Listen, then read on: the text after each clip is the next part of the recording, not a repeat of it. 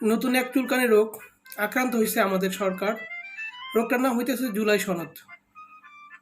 এখন এই জুলাই সনদের চুলকানি রোগে আক্রান্ত হয়ে সরকার দিশেহারা। এখন সেই রোগ থেকে কীভাবে মুক্তি পাবে, এবং সেই রোগ থেকে মুক্তি পাওয়ার জন্য তারা তাদের যত ধরনের পথ আছে সেই পথকে অনুসরণ করার চেষ্টা করতেছে। এখন আসলে জুলাই সনদটা যদি রোগ হিসাবেই চিহ্নিত হয়, তাহলে সেটা কি শুধু চুলকানি রোগ নাকি আরও বড় কিছু রোগ?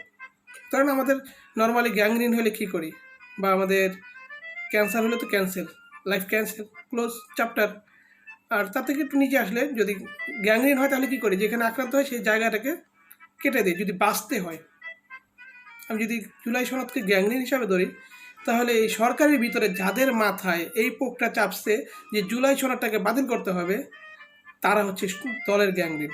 তাদেরকে যদি দল থেকে ইরেজ না করা হয়, বহিষ্কার করা না হয়, বাতিল করা না হয়, তাদেরকে যদি পাশ কাটা সাইড না করা হয়, তাহলে দল ধ্বংস নিশ্চিত। দলের মৃত্যু হবে।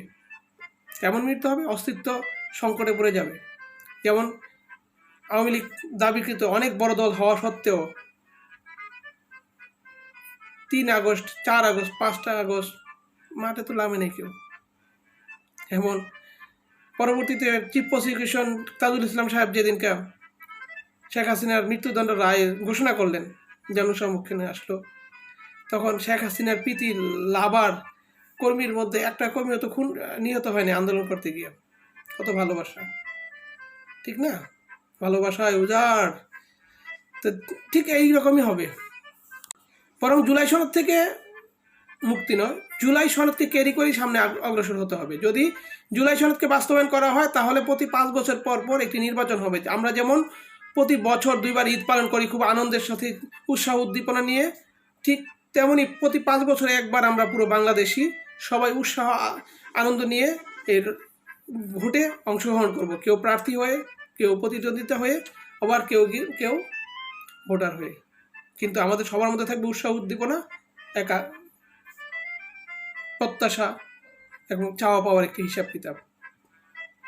যদি বাংলাদেশকে সামনে অগ্রসর হতে হয়, বাংলাদেশকে নিয়ে সামনে অগ্রসর হওয়া আমাদের জন্য কর্তব্য।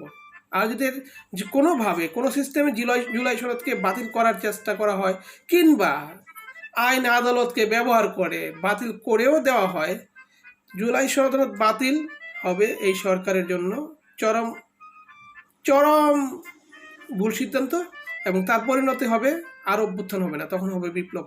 আর সেই বিপ্লবে সব কিছু পরিবর্তন হয়ে যাবে। ধন্যবাদ সবাইকে।